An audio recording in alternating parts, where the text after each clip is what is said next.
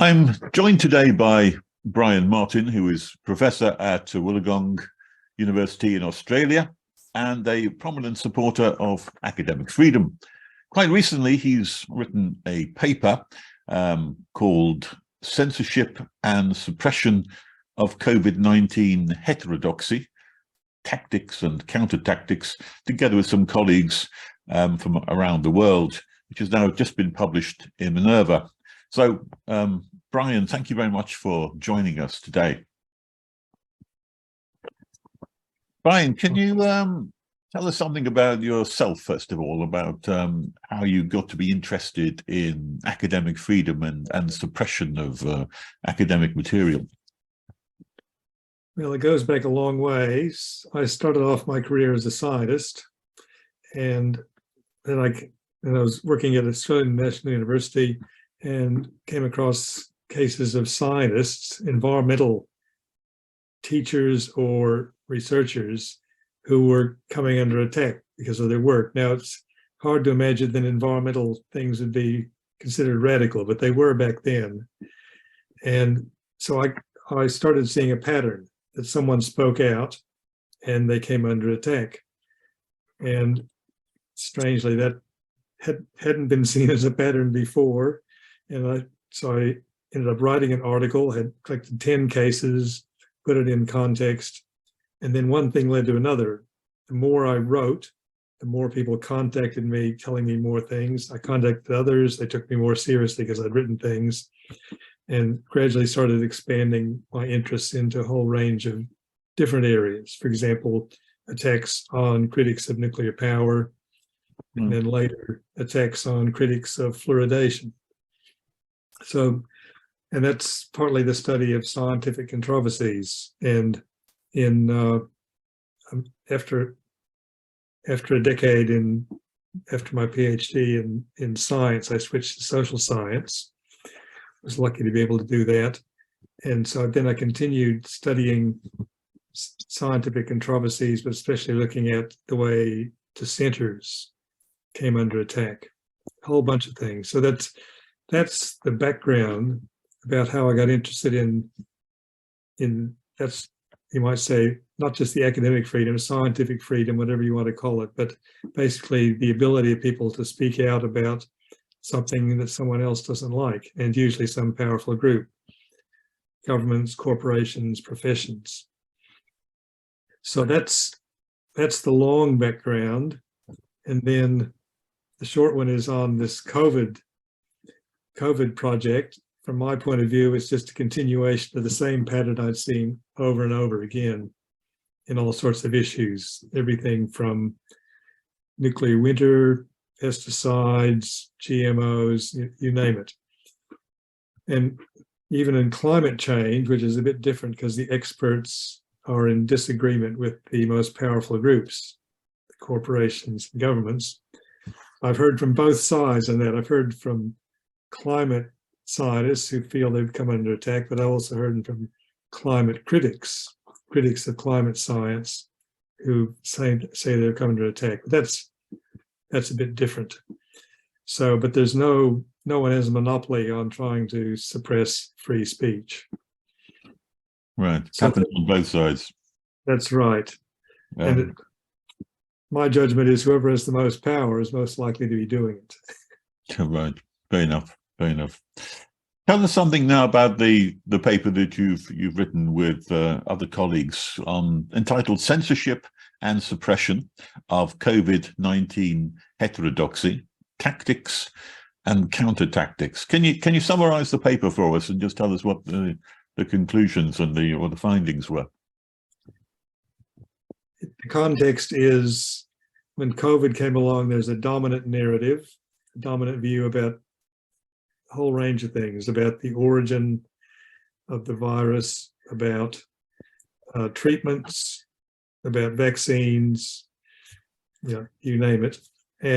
But along the way, there were a whole bunch of scientists, doctors, and other experts who were critical of the orthodox position. And we thought, some of them are coming under attack. It's quite easy to find out if you read the sort of literature that you find out about this. but my co-authors were very keen to actually interview a number of these doctors and scientists who had just dissenting ideas. And so I set out to find a bunch of them and basically hear from them firsthand about their experiences. And it's quite horrific.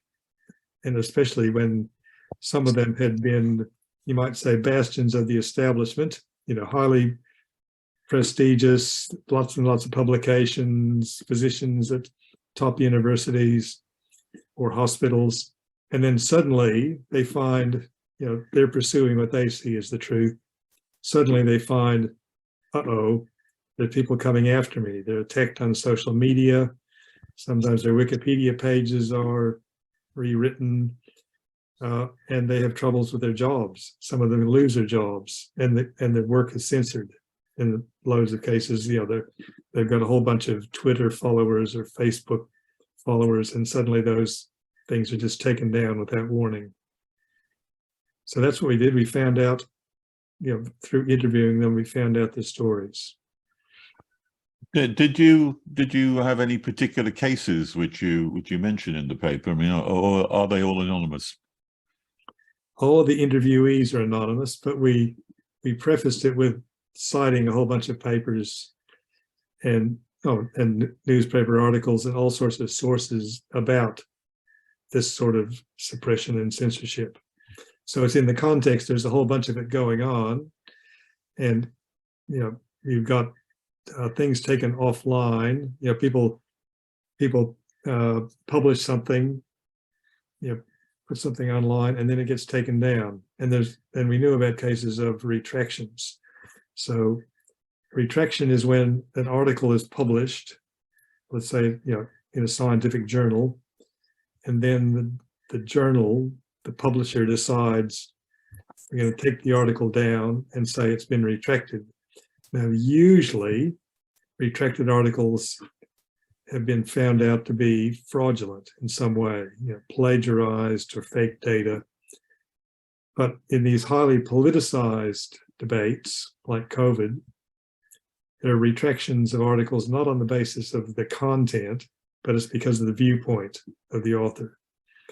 Because people write into the publisher and complain, they want this article taken down. And I've heard about, I've talked to people who've had that happen to them. I've talked to a couple too, particularly on interviews like this. I spoke to Jessica Rose, who co-authored a paper with Peter McCulloch, and their paper was strangely sort of memory holed and disappeared and retracted without them even understanding why it was being done. I think it's still unavailable. And is there any kind of where does this kind of concerted effort come from, where an orthodoxy seems to get set up? And I don't know where the orthodoxy arises from, because there's a kind of a power struggle here where an orthodoxy has arisen in some way, and there's certainly a COVID-19 orthodoxy. And if you don't agree with that, then you get taken down by a range of different factors. What I find still surprising is first of all where the orthodoxy arises from, and secondly how it becomes so concerted or coordinated. Okay. Difficult question. Most commonly, the orthodoxy arises from a combination of science and, you could say, vested interests or politics or whatever. So if we look back at nuclear power, then you've got massive funding from governments for nuclear power developments, and then the scientists, the nuclear engineers and nuclear scientists are part of that they see that as part of their enterprise. And I'm not criticizing anyone for having, being deceptive, whatever, because people believe in what they're doing. The people who are suppressing and censoring believe that they're doing the right thing. But if you look at it in terms of power, you've got very wealthy and influential groups, and they're providing all the funding, nearly all the funding for research in an area. And so it's natural that people are going to be supportive. And in the case of COVID, the obvious obvious group here is the pharmaceutical industry, which is making a vast amount of money from vaccines. And so governments go along with that. They don't cross the pharmaceutical industry. And I'm not saying anyone, like, it's not a conspiracy in the sense that people are plotting this, but they're saying, we believe this is the best way to go and these people need to be silenced. And they go about doing it. And I mean, it seems almost an unholy alliance between powerful groups which seem to be in control of the narrative, or set a control for the narrative. And how does it percolate down through to say journals, which then retract things, or to other scientists who seem to be quite able and quite willing to criticize colleagues, not just simply as being wrong, but almost as being evil and should be shut up? So this comes back to my involvement with whistleblowers, because after I started studying suppression of dissent, then later there's a whistleblowers organization set up. And so I ended up talking to hundreds of whistleblowers, and that can be public servants, private enterprise, police, teachers, military, churches, every occupation. And the same thing happens. The person speaks out in some way critical of their employer, typically. Typically it's corruption or hazards to the public, and they get targeted. And they're seen as a threat to the organization. So loyalty triumphs justice. In other words, the employers think the reputation of their organization, and sometimes it's, its survival, is more important than the public interest. So that's what's going on with whistleblowers. And exactly the same thing happens with the COVID story. And so the interesting thing is you got you might say, a mindset about COVID, which I'd call a paradigm, a framework for understanding it, which is the only solution is through pharmaceutical products. And so I looked at some of the other ways to improve immunity to COVID. There's research on exercise, shows people who exercise are much less likely to get COVID. Did you hear any, and two great big studies of this, any news reports on that? It's almost totally invisible. Yeah. I mean, and the other side of that is, I believe there's research on obesity linked to the effects of COVID too, and there's not much said about that either. That's right. So we've got lockdowns which keep people stopping people exercising when they should be out getting more exercise. They should be getting lots of sleep, getting a good diet. But when I looked at that, those sort of alternatives don't have any role for pharmaceuticals or for doctors, because they're basically public health measures. And they improve your health more generally. I mean, exercise is good for you, good diet's good for you, irrespective of COVID. So you've got this strange thing, things are good for people are not being prioritized, and everyone who says anything critical of vaccines or about particular treatments or even about the origin of COVID, they get attacked. How to explain how that filters through the way people think? Not easy, but that's the way a mindset or a paradigm, a framework becomes established in two ways: in people's minds and in institutions, in policies and practices. What I find really surprising, I suppose, about this is that many of these people who are doing the suppressing are people who are scientists or committed to the process of science. And yet anyone who would understand the very nature of science is that it has to be a critical process, a process whereby you have a thesis and an antithesis. You have someone who suggests something and then someone criticizes that as strongly as they possibly can in order to maybe take down a prevailing view, in order to replace it with a better one. This is just simple Popperian approach to science, that you expose your views to criticism so that they can be improved. You don't silence the critics So what I find really odd is that, you know, science itself seems to be involved in the suppression, when the suppression itself is the very thing that the criticism it needs is to progress. Yeah. So what I'd say, what you've described is what I'd call science's belief system, its own self-description, is as a critical enterprise in which evidence triumphs, so forth. But when sociologists actually investigate science, they find it doesn't work that way at all. And historians as well. I mean, you know, Thomas Kuhn's the famous one. He looked at the way in which, you know, Copernican system or the creation system was, or you know, evolution had to come in as a, you might say, a global change in the way scientists think. So, but more than that, there's, I mean, Mitrov back in the 70s did this wonderful study of moon scientists, and he basically found that especially the most, you might say the most prestigious scientists are the most totally committed to their viewpoints, so that even contrary evidence won't shift it. And they're very hostile towards people with different viewpoints. So the way science actually operates, especially on a controversial topic, is quite different from the, you might call the storybook picture of science that's in all the textbooks and all the things that are written.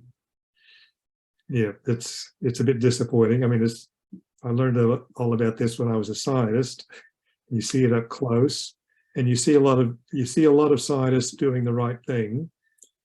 But when you've got a topic like vaccination, which I say it's not just a scientific topic, vaccination, which I started studying over 10 years ago, I was studying not vaccination itself, but the debate over it.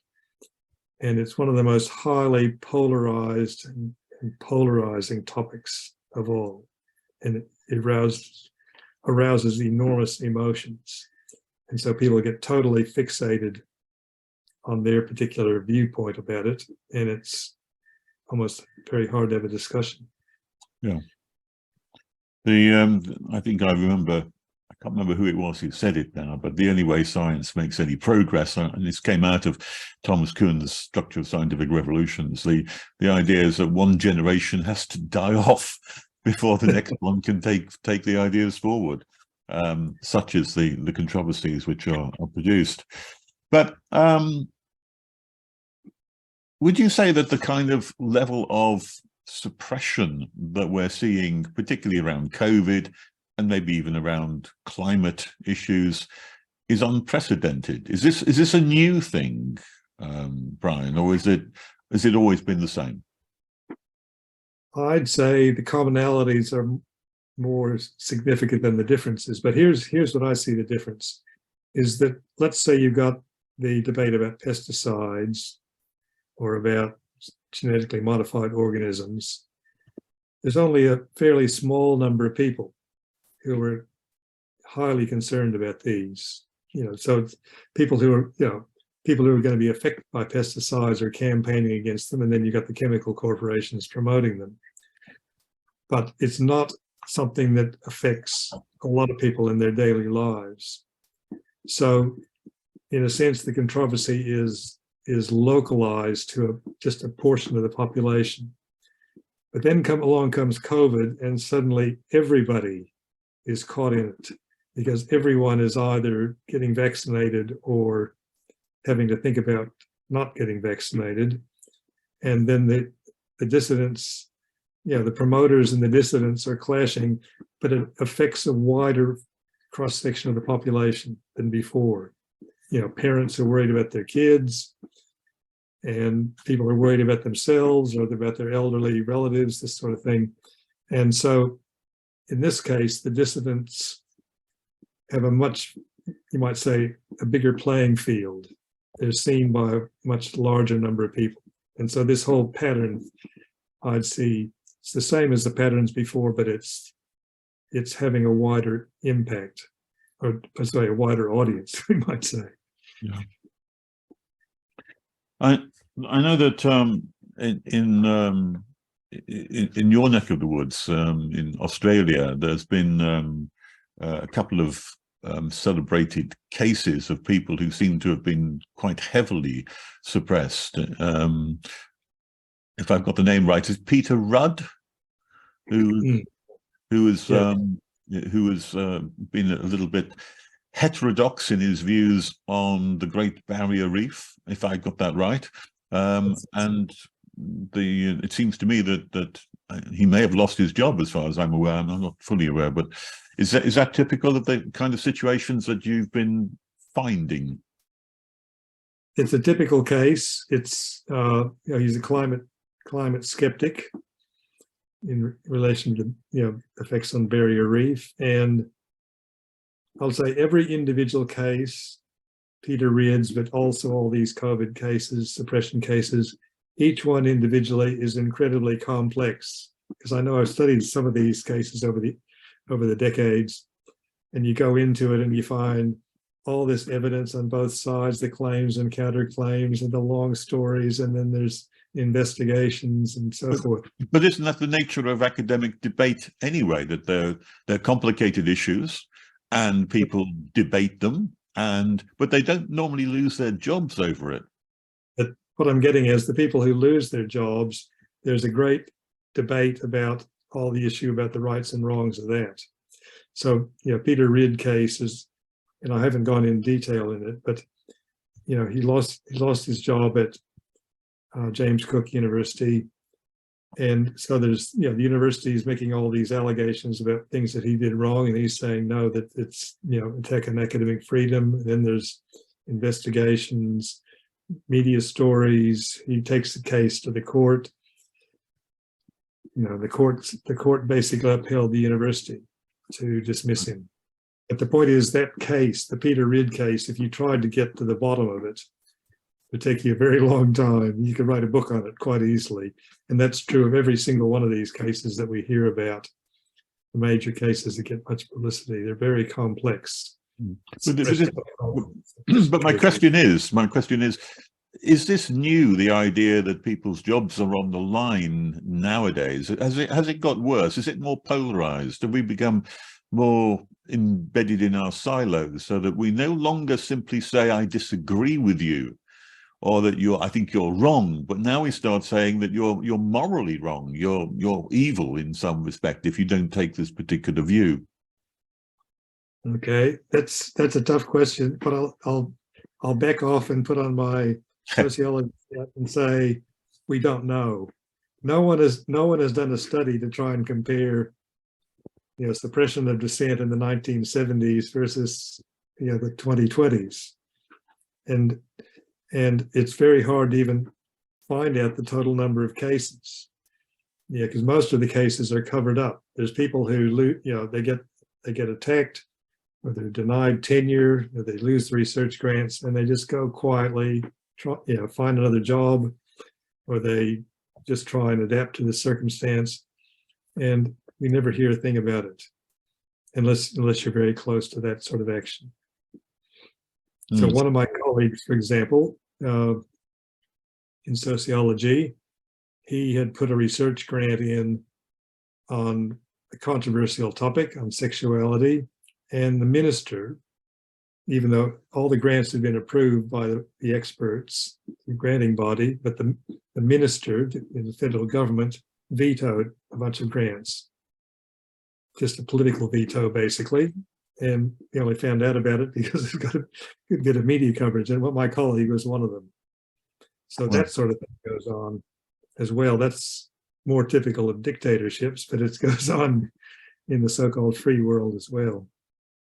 Should there be areas of research which should never be done? I mean, there are some people who do research in terribly controversial and taboo areas. I'm thinking of people like Charles Murray, who probably would never get a grant for anything that he did.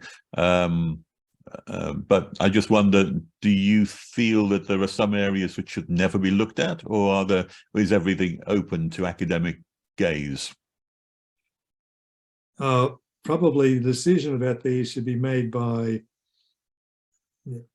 groups that are highly attuned to a whole bunch of considerations. But the obvious case, are we going to okay research on torture, to make torture more effective? I'd say no. Yeah. But some people might make a case for it. But in terms of simply saying something about race and IQ, that might be offensive to some people, but you might say a better response is to have give the contrary arguments to say why he's wrong. So it's not actually hurting anyone in quite the same way as research on torture might do. I mean, that is the nature of research and science, I suppose, is this ultimate quest for finding the truth and using debate and discussion and even disagreement in order to further the cause of getting hold of the truth. But I've noticed, I would say, and I just wonder if you agree with me here, a shift in perspective as to where the truth is found these days. I noticed that a number of organizations are now suggesting that there's a kind of monopoly on the truth, a monopoly on science. I recall, I think the UN was saying that we own the science and people should know that. I believe that Anthony Fauci said that I am the science and therefore people shouldn't contradict me or attack me. And I believe even back in your part of the world, in New Zealand, the premier there, Jacinda Ardern, I think her name is, has made the statement that she believes that they want the government or her government to be the only source of truth. And that seems to be different from the scientific approach where the truth is up for grabs by anybody. Is that right? It's certainly different from you might say, the story science tells about itself, the way science presents itself. And the thing is, the cases you've described are wonderful because they're attempts by individuals, politicians, or whatever, to have the mantle of science. They say, we are scientific, therefore we're right. Listen to us and don't listen to anyone else. And, as if, anyone else who has a different view is anti-science, which is just nonsensical, because most of the people who are critical of scientific orthodoxy, their main arguments are scientific arguments. They're not religious or mystical or some other source of information. They're saying there's different science and this, and we should have a different viewpoint as a result. I always bristle when I hear the phrase that the science is settled, because I think anyone who understands something of the history of science knows that it's never really settled. Even Isaac Newton's theories and laws, which were probably as settled as any laws could ever be, were never settled because they could be overturned and were overturned. That's the classical view of science, of course, but we often hear that phrase that the science is settled, and therefore we shouldn't have any debate about a matter. We shouldn't have any discussion about the matter. We should just shut up and accept it. So you've hit on something that's very close to the whole point of this article on COVID, which is when people say the science is settled, they're really saying all the experts agree. All the people who are knowledgeable agree, and the only people who disagree are uninformed. And that's why someone who's got credentials, some credibility in the system, who disagrees with that so-called settled view is seen as a threat, because it changes it from this, a clash between experts and non-experts to a clash between differing experts. And that's a very different sort of thing that makes it into a scientific disagreement issue as opposed to informed versus uninformed disagreement. Can you say something about the Great Barrington Declaration at this point? Because you mentioned it in your paper, and I think this is where a clash of expert views took place. Yes, so early in the COVID response to COVID, many governments did lockdowns, putting the whole population under control. And the people who signed the Great Barrington Declaration, there's three key figures, but a whole bunch have signed it, said no, it'd be better to keep things open, but protect the vulnerable. So it's a differing view about public health policy, if you like, and drawing on different interpretations of the data. But the strange thing is it wasn't treated as, here's a different view, let's consider it, let's evaluate it, but to say, no, we're going to censor that viewpoint. People shouldn't be able to hear about it. Just amazing to me. I think that Anthony Fauci is recorded as saying something along the lines that we need to suppress this particular view in some way or take them down. And the irony is that now, nearly 3 years into the pandemic, we're more in that situation, is that when societies open up, it's actually the people who are most vulnerable need to protect themselves. In other words, and certainly in Australia, everything's opened up. There's no requirements aside from when you go into a medical practice. You don't have to wear a mask anywhere. You don't have to even stay away if you've got COVID. And so it's basically people who are vulnerable are the ones who need to take precautions, which is what the Great Barrington Declaration was all about. It was about doing that very thing, but as a policy rather than just as a de facto result. Yes, I mean, Australia, from my perspective over here in the UK, seems to have taken an incredibly totalitarian approach to lockdown, more so than many Western countries. And I mean, I didn't experience it myself over there because I haven't seen it, but the reports were that Australia was as strongly kind of zero COVID approach to everything, so that the loss of freedom was quite acute there. Was that your experience or not? Definitely. And I mean, one of the most amazing things is during that period, no Australian was allowed to leave the country without permission. Nor any to return, if I remember correctly. Well, there's many wanted to return, but there were not enough flights. So there's tens of thousands were stranded overseas for months, many months in some cases. But to say that you can't leave the country is a bit amazing, because there's no danger to Australians if someone leaves. It's only if they come back and going to spread COVID. But so what drives that kind of thing? That's probably beyond me, but it's what Maybe drives beyond all of us. This way. You could say there's some commonalities with the Australian government's approach to refugees arriving by boat, which has been a sort of zero tolerance. We put them in camps and leave them there for years. So closing the borders has a sort of political resonance in the country, but I don't know whether that's the reason. I think there'll be enough projects for social scientists in coming decades to say, compare the COVID response in these 10 countries and see if you can find the key factors that determine them. And in coming decades, how will people look back at this time, do you think? How will history view us? I wouldn't even attempt to predict it, because I've read the research on that people who are knowledgeable about political things actually make worse predictions than others. Fair enough. Yes, I mean, the prediction business is never a good scientific approach anyway. Can I ask you something else, which is more at the heart of the idea of censorship, and that the argument for censorship is that we are actually protecting society. And, by closing down these alternative views, we're closing down dangerous advice, dangerous avenues, things which might persuade people to do things which ultimately would harm them. Is there a case at all from your research for censorship for those reasons?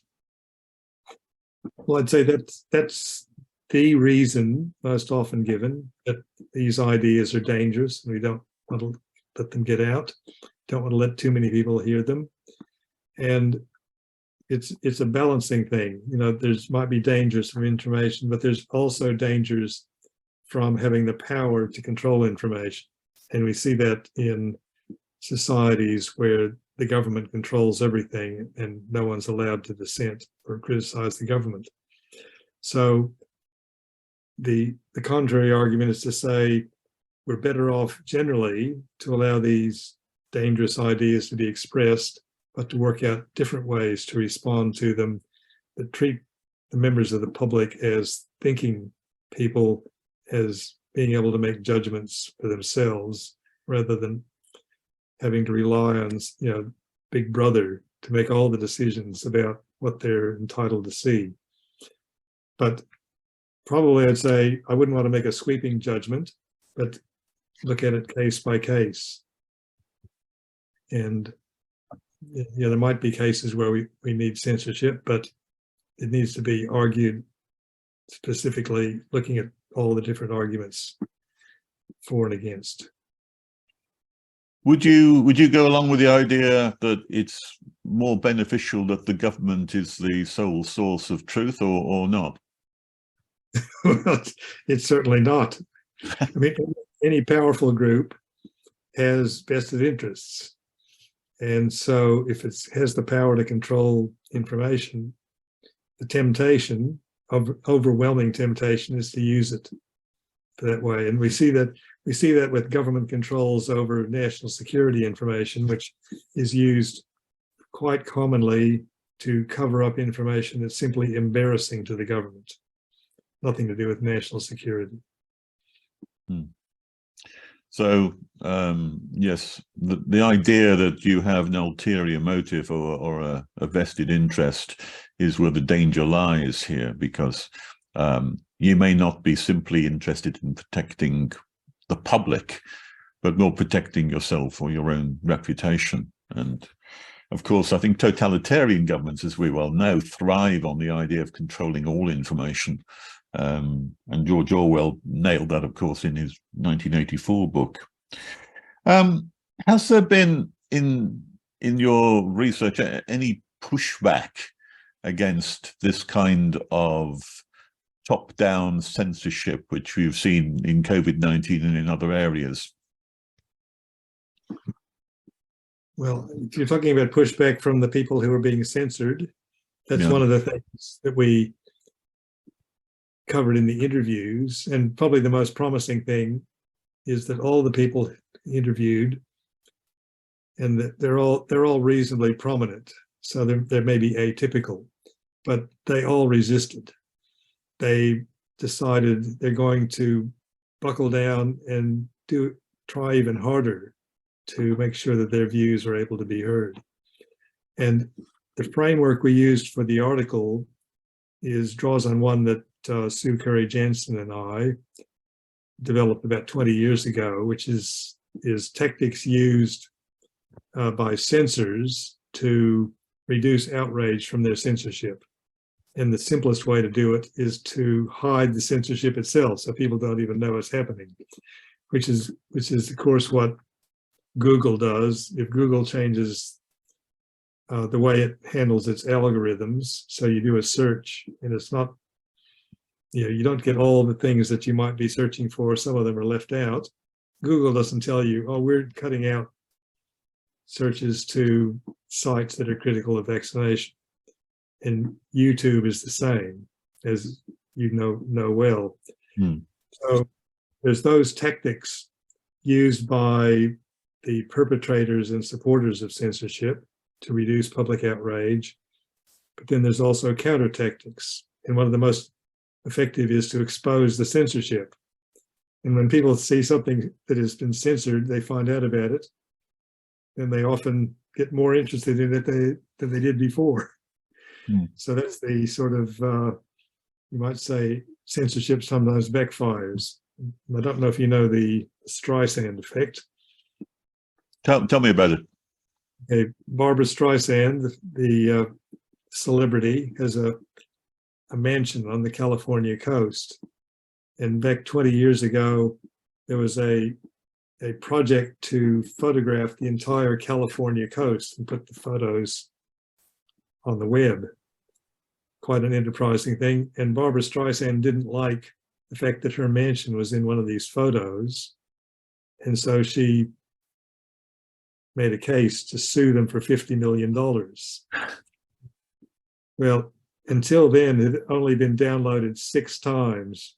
But after news about her case got out, it's downloaded hundreds of thousands of times. Yeah. So sometimes censorship is counterproductive. And so that's part of what we looked at. We looked at the methods used by the targets of censorship, people, the scientists and doctors who are coming under attack, the ways that they were responding. And definitely there is a following for them, in part because they're coming under attack. Yeah.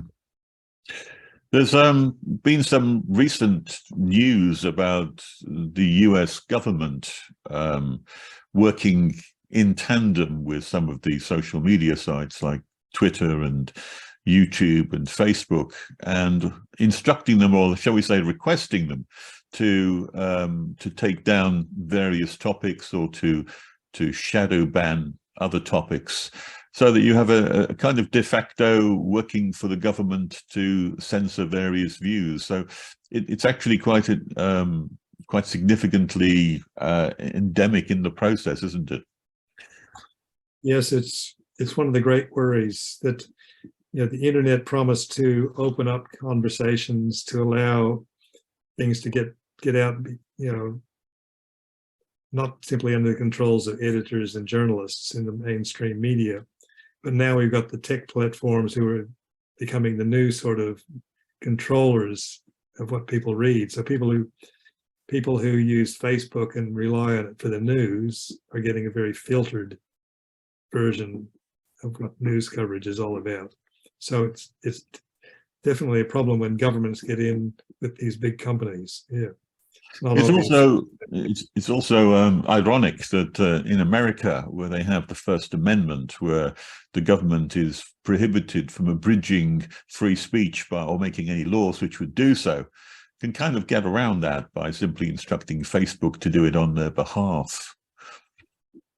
And I don't think it's that new.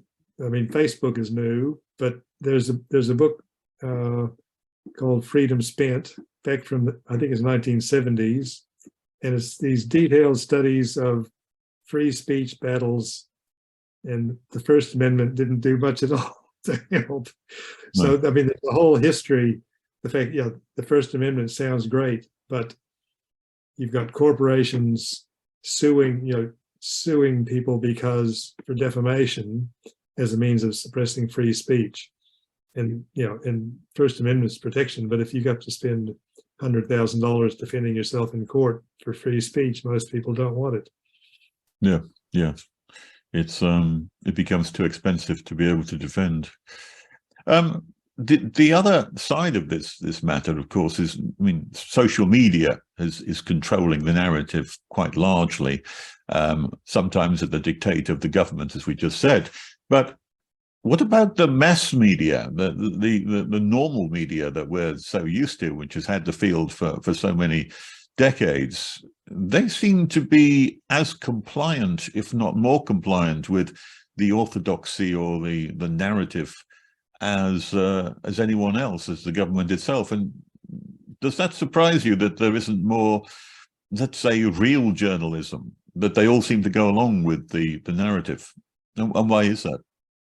It's not surprising. One of my PhD students was and is a journalist, and distinguished between 2 types of journalists. You got this, you might say, the news and current affairs journalists treat an issue as a controversy, if you like. They're looking at the issue, but the strictly science journalists, they try and keep on good with their contacts, just like all journalists.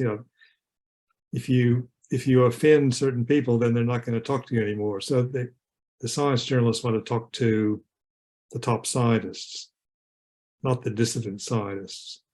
And so then you actually have a tie between a lot of the journalism on issues like COVID and the dominant view of the health departments, governments, scientific orthodoxy.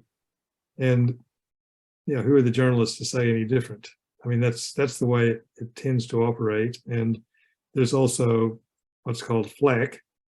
So anyone who bucks, you might say, the standard view, puts up something different, there's all sorts of complaints about them. And I've seen that with our, the national broadcaster in Australia, Australian Broadcasting Corporation, constantly getting complaints from different sides, but they're sort of hemmed in.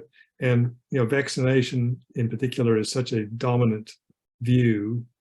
I've seen it, anyone who writes something to the contrary, they just get all sorts of abuse heaped on them. But how is that coordinated? I mean, how is it coordinated across all the media? Because it seems to be coordinated by some means or other, or is that just an accidental perception? Is there someone, I don't know, pulling the string somewhere? I begin to sound like a conspiracy theorist if I talk like that, of course, but there does seem some kind of agreement, shall we say, and maybe it's a gentleman's agreement between the mass media that they won't do this, or they won't criticize that, or they won't tell these stories. Where does that agreement come from? So if you can go back to Edward Herman and Noam Chomsky wrote a book, and they developed what they call the propaganda model, which is a set of the processes by which orthodoxy is formed, and this mainly applies to the US media. I don't think it's nearly as dominant in other places, but basically the mainstream media there do not stray from certain central assumptions, for example, about the goodness of the US government in international affairs. That's just not something that you'll see any significant criticism in the New York Times. It's simply an assumption. So the assumptions are what creates the assumptions that are shared and reinforced by various groups, not by someone at the top pulling the strings, but just by common agreement about the way they see the world. That's what drives what seems to be a conformity. That would be my. Is that a well-known sociological effect then that's been described, some common agreement that kind of arises out of nowhere, or is there an origin for it? Well, the origin is the way power is arranged in society. You've got some people who are very rich and also politically powerful, and they'd like to keep it that way, and so they develop sets of ideas that help reproduce society, reproduce that inequality. And so a typical idea of this sort is blaming the victim. So if people are unemployed, it must be their fault. They're not trying hard enough, or they're lazy, this sort of thing. And these beliefs get reinforced and they reproduce society. Whereas a different belief, which is the people who are really rich are exploiting everybody, and they're the 1%. That's the sort of dissident view, Occupy movement. But that doesn't get much reinforcement amongst those with the most power, who also, they own the media, or they run the media and the government, and they have links with all the big companies that are making a fortune out of various policies. So you have a commonality of interests that leads to a commonality of belief system. Right. And is there an equivalent to Kuhn's structure of scientific revolutions, where it takes a great paradigm shift to shift a scientific theory from one idea to another idea? Is there something similar in society where you can shift the narrative from one narrative to another? Suddenly everyone's in favor of vaccination, say, and then maybe in a year's time they're all against vaccination. Is there something which some equivalent in that sense? Well, it's certainly, if scientific controversies don't go on forever, but they go on for a very long time. So the fluoridation controversy got really going in the 1950s. Fluoride put in water supplies in the United States. There's not that much in Britain. No. There's a lot in Australia. That debate is still going strong after, it is 70 years or something. And vaccination debates been going even longer. But these debates have ups and downs, and occasionally there's a reversal.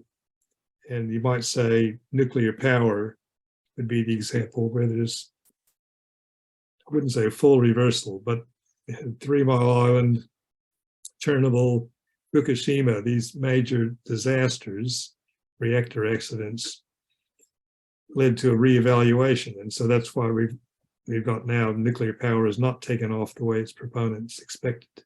No, but I detect, maybe I'm wrong here, another reversal on the nuclear power, particularly with the removal of carbon fuels. Nuclear power is now being promoted again, so maybe it'll be another reversal. I don't know on that. Yeah. We're rapidly approaching the end. I just wanted to ask you about the role that scientific journals have played in this censorship and suppression. I know we briefly touched on it earlier, but has that surprised you in the way in which papers have been taken down, or and the way in which many journals seem to have gone along with the political narrative rather than the scientific truth? Is that a surprise, or is that to be expected? Unfortunately, it's not a surprise.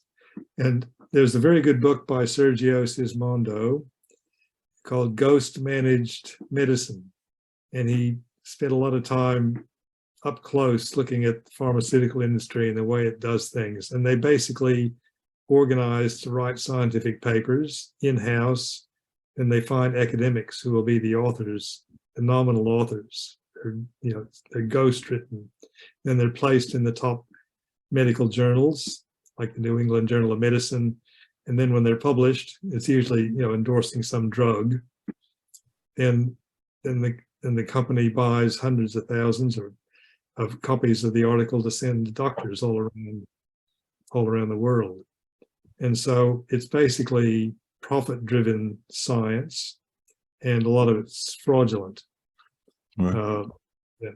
And that's probably this way. It's one of the disappointments. If you say science, when it was originally a liberating force against religious dogma and a whole bunch of things, but now science has been more and more captured by vested interests. It's captured in the old Soviet Union in certain areas, like genetics and so forth, for political reasons. But now it's mostly captured by corporate interests. And so which is an irony. If science overthrew dogma, that science now becomes dogma, and the phrase "the science is settled" is part of that dogma, isn't it? That's exactly it. Yeah. Last question for you, Brian. That is, you paint a rather gloomy picture, or we've painted maybe a rather gloomy picture of the state of science. Is that a fair picture? And if so, where do we go from here? How do we improve the situation that we find ourselves in? And what recommendations might you have for the future? What steps ought we to take to put this thing back on the right track? I think probably the best hope is in citizen movements. What's that? So it'd be the environmental movement, would be one, or the women's health movement. There's groups of could be local campaigners, local citizens, and others who are actually putting out a demand for research in certain areas. And my colleague, David Hess, who's at Vanderbilt, developed the idea of undone science. So this is research that could be done, and actually citizen groups, like environmental groups or health groups, are calling for this research to be done. It might be about the hazard of a certain chemical, for example. But the funders, which is mainly corporations or governments, don't want to do the research because it might show their products are dangerous. And so it's called undone science. But it's actually these groups are putting these things on the agenda. And there are, you might say, public-spirited scientists, the ones who are willing to look at the evidence without being funded. In other words, aren't being influenced by these powerful groups. Those are the ones we need to look for and support. And I think the citizen movements and those independent scientists are the one hope that we've got that the whole thing won't be taken under. I hear what you're saying, but I just worry that those kind of groups, because they are independent and because they are small, may just go the same way as the Great Barrington Declaration and just get sidelined and ignored and pushed to one side. Is there any hope that it wouldn't do that? Is there anything we can do instead? Well, I think one of the things we did in our paper was to point to the counter tactics that can be used by the resistors. And so there's two sides of the paper. One is here are the methods used for attack, and then here are the methods used for resistance. And both of those are useful to anybody, not just on the COVID matters, but on any issue. If you're doing something that's threatening some powerful group, be aware that you could come under attack, and then be prepared for to do what you can if you do come under attack, and to turn that attack into a counterproductive thing, like what happened to Barbara Streisand. Namely, they come and attack, and then you get more publicity for your work as a result. Not easy. Most scientists are not political game players. They would rather just sit, go in the lab and do their work. But some of them need to be out there doing more to push for the public interest. And there are quite a few who are trying to do that. Brian Martin, thank you ever so much for a very interesting conversation, and at least providing us with some hope towards the end there. Thank you. Thank you.